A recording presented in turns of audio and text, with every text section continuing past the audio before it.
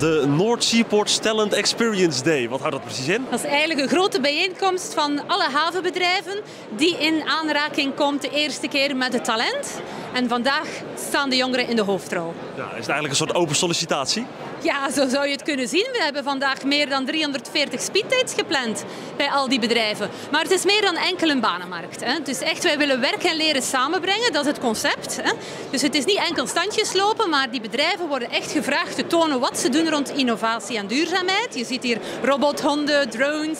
Maar wij hebben ook sprekers, hè, waarmee dat jongeren bijvoorbeeld direct in contact kunnen gaan, zoals een Hugo de Jonge, en het gesprek aangaan. Waarom is het belangrijk dat zo'n dag als deze georganiseerd wordt? Omdat we merken dat onbekend is onbemind. Hè. Men heeft het idee, ja, haven, hè, dat is oude vervuilende industrie, dat is handjeswerk en dergelijke.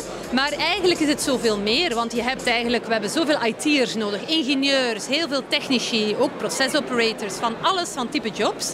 En men weet dat gewoon niet. Hè.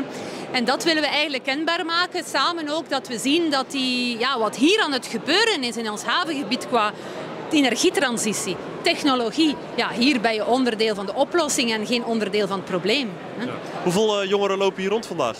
Ja, wij verwachten 900 jongeren die zijn ingeschreven en we zien de teller steeds nog verder deze namiddag omhoog gaan. Ja. Ja, ik zag dat er vorig jaar waren er iets van 1500 bezoekers, dus het is wel een druk bezocht evenement. Ja, toch wel. Ook dit jaar zijn 1500 bezoekers ingeschreven en opnieuw walk-ins zijn welkom. Hè. Dat betekent dat we naast de grote hoeveelheid jongeren ook nog een heel aantal werkzoekenden hebben en mensen die overwegen van werk te veranderen. Dat is onze doelgroep. Iedereen die interesse heeft om te zien wat is hier mogelijk. Hè. Wat is nou het leukste aan werken in een havengebied? Vanaf dat ik in het gebied kom, heb je een soort van openheid. Hè. Je gaat langs het kanaal Gent-Terneuzen, zoals we hier hebben. Deze ochtend, ik reed daar, ik zag de vogels omhoog en ik vind het heel fijn om hier te komen aanrijden. Hè. En het is zo fijn hoe divers het ook is. Hè. We hebben allerlei industrieën, allerlei sectoren.